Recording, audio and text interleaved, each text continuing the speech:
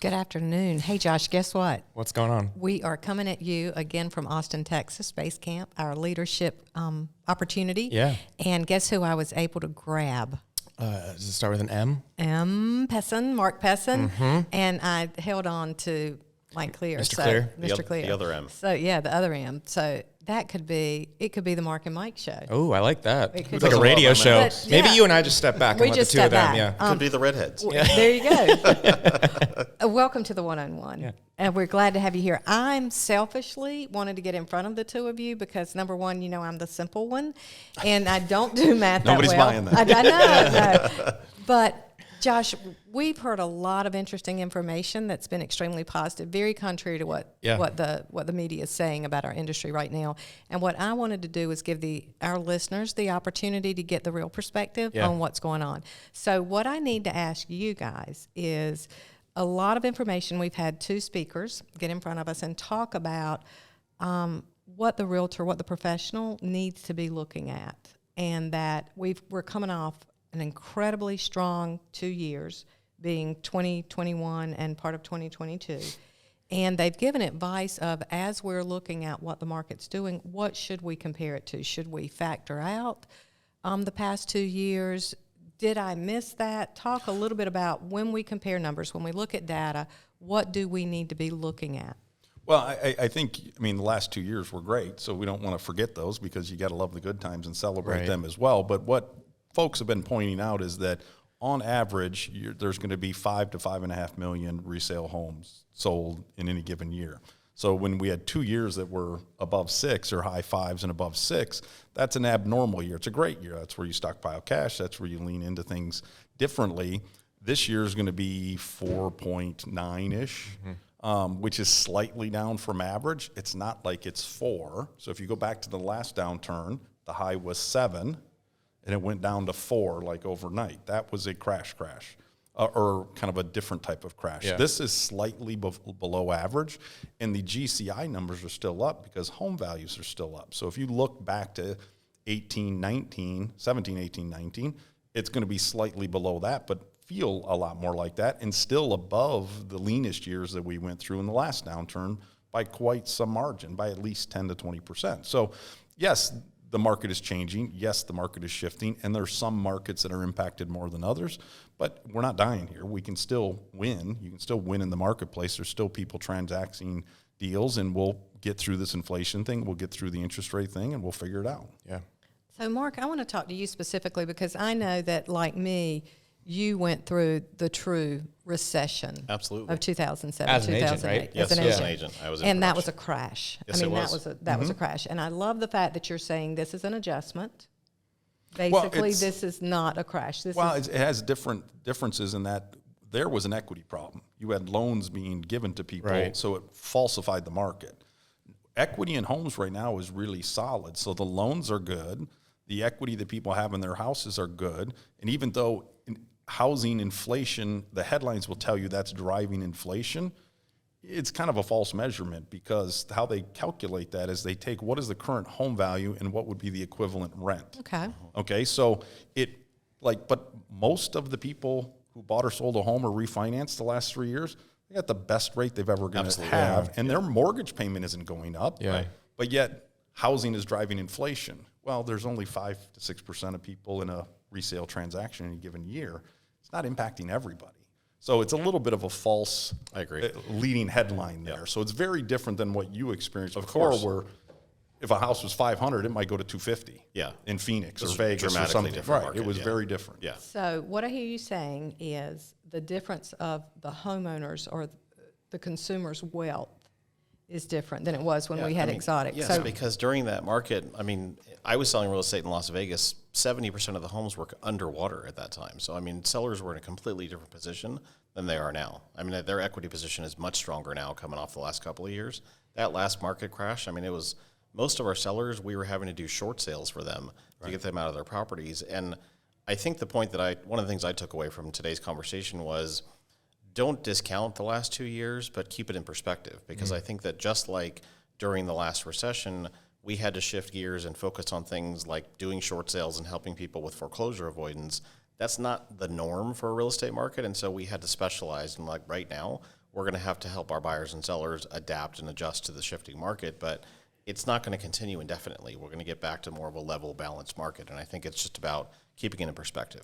You know, one thing that I was really encouraged by was and I want both of you to speak to this, the low percentage of ARMs, the low percentage of adjustable rate mortgages, and that fed the crash. I mean, in 2007, 2008, we had people that literally their mortgage rate adjusted them out of their home. It adjusted them detrimentally into a place that they left their home. Talk about what is the percentage of homes that are an ARM right now, and how is that as we look at the future? Man, that was encouraging to me. Was I the only one? Because I hadn't really thought about that. Yeah, and whether the percentage, last time though it was stated income, you weren't getting underwritten like you are today. So an ARM is not a bad thing if that's what makes sense for you. The reason it was a bad thing last time is the folks wouldn't have been underwritten today for a loan, and you could go get a loan on anything. So it was risky mortgages to begin with, and we all saw the outcome of that. That is not in this ecosystem right now, knock on wood. Let's hope it doesn't creep in.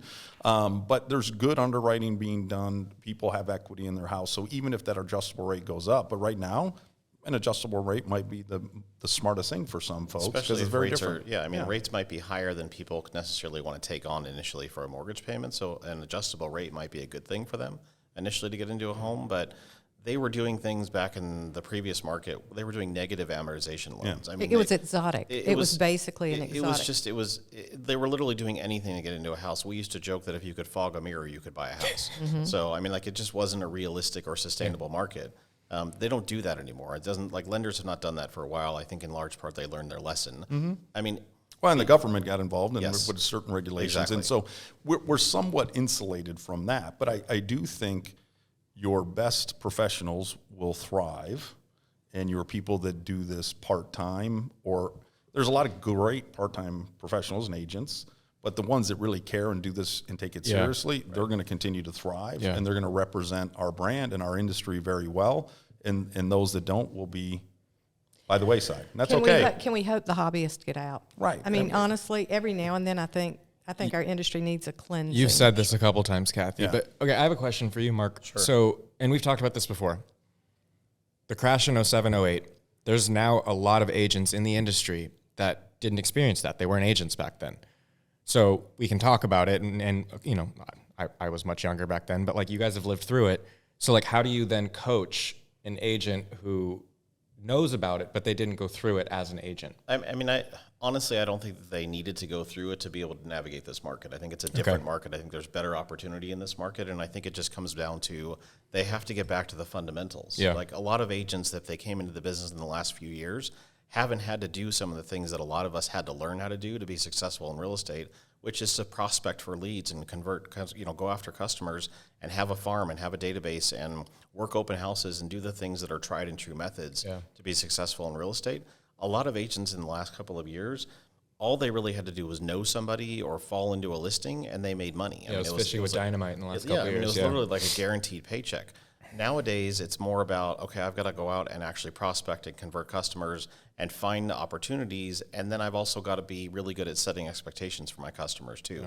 Because in a previous podcast, you guys were talking about the media and how they sell ad space and what they do to sensationalize information. Part of the problem is that a lot of our customers, our buyers and sellers, get their real estate news from the media, and the media is not really giving them the best advice. So they're late to the game. They don't understand that properties are going to sit on the market a little bit longer. It may be a little bit more expensive to buy a house right now than it was previously because of interest rates, but it also means that they have a lot less competition. So if I'm a buyer in today's market versus 6 or 8 months ago, I have better opportunity to buy a house now than I did previously. So if I have buyers that were getting out of the market because they couldn't compete, I'd be reaching out to those people now and saying to them, this might be a good opportunity for you to get back into the market and maybe do an adjustable rate. Well, and you just talked about retraining or reshifting the mindset. Right. And you look at our organization, what did we do over the last 6 months is we knew this was coming. Right. Yeah. It came a little faster than we thought. War in Ukraine accelerated things. Yes. But we knew it was coming, so then all of a sudden, One Design Studio was launched. And then what got announced today? List Track. Well, you're going to have to show your customer a lot more about listing data. So we instituted a new program today that is free to our agents, free to our brokers. that helps them manage that listing portfolio better and show their customers how we're helping them. And I think so. We have to provide different tools, which we were already in front of. Zone Broker is getting released, and then they're already doing Zone Agent, which will give agents more data and use that data to alternate your playbook a little bit. Let me turn this around a little bit, Josh. Mm-hmm. As a consumer, because you're the age of the average buyer in the U.S. What do you want to hear from a professional? Well, I'm not a homeowner yet. Mark and I have talked about this, like basically getting my ducks in a row. I'm nervous. I see the interest rates, and that scares me because I have friends that are my age that are now first-time homeowners. And if I were to go buy a home tomorrow, my mortgage would be significantly more expensive than theirs because of the interest rate that's climbed. And me not being in the market, that scares me. But I've talked to you, and you've told me back in the early 90s, the interest rate was through the roof. And obviously, like, home prices were cheaper. But I think for me, this is something that it's different because I work for a real estate brand, right? So I'm seeing the inside scoop, but I think I'm realizing that this is just, it's a correction, and it needed to happen. And I wasn't ready to buy a home 2 years ago. And I just need to realize, like, that's just, they're cycles, right? You always say that, they're cycles. And so it's just, when I'm ready, I'm ready. And that's kind of where I'm at. Is it important for you to have a professional that is well-versed and has navigation and guidance, even if they don't know what to do, that they are plugged into an organization that does? I don't want to speak for my entire generation, but I do think we all appreciate convenience. Okay. I think as millennials, we want to not necessarily lift a finger for something that we are not experts at. We want the expert to do it, and we will pay a price for it. But I think, I want someone who's in my corner, who has my best interest. And if we go back to the episode that we had with Alex Mihai, who's our general counsel, and he was talking about for example, the little trigger that's on the MLS, how like agents the could filter. Right. And so like that, when I heard that, I was like, wow, am I going to be swindled by an agent? Mm-hmm. And that kind of scared me.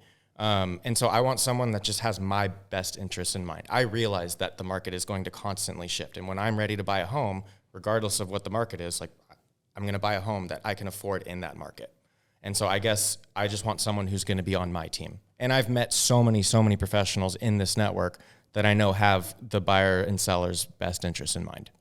So what I'm hearing is you want a professional, and I think it's so important for our listeners to realize you need to represent being authentic, mm-hmm. Integrity. I think what I'm hearing you say is you want someone of integrity.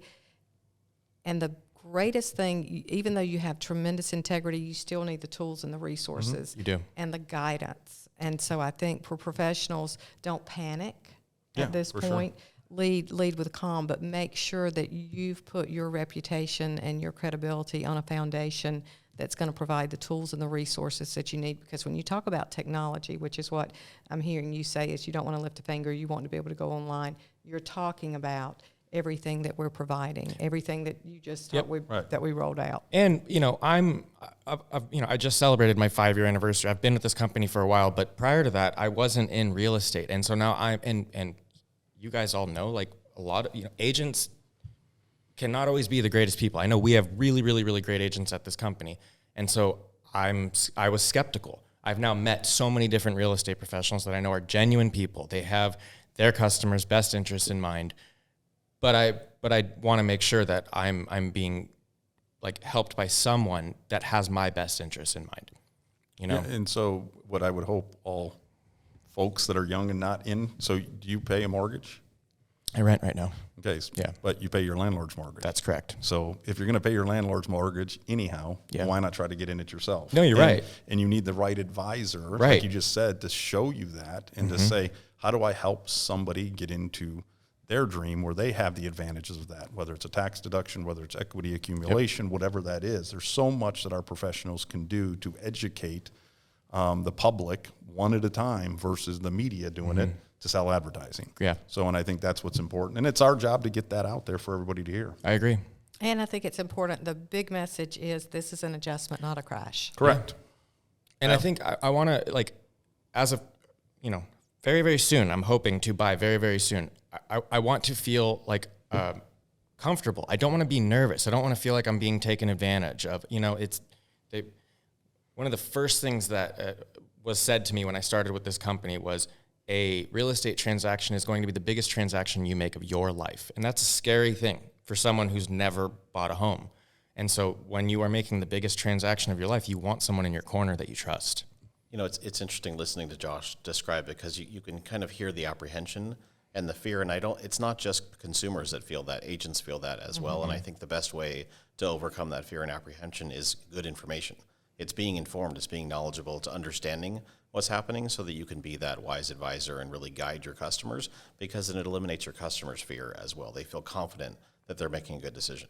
And can I be shameless? Can I just be shameless and say one thing I'm most proud of is this organization, we are a coaching organization. Yep. And when you hire a Realty ONE Group agent very soon, you can be assured that their career is being navigated by someone who's certified to do exactly what you're saying, Mark, to provide support, guidance, leadership, direction for the professional as well as for the consumer. Yeah, I mean, I know I always say this to you. I try to avoid Realty ONE Group plugs on this podcast. I mean, we have a neon sign literally on the table, but when I'm ready to go buy a home, I've met so many great agents at this company. Like, I know that there's so many I could pick right now to help me. And that's really, really, really cool, because prior to being with this company, I did not have this perspective.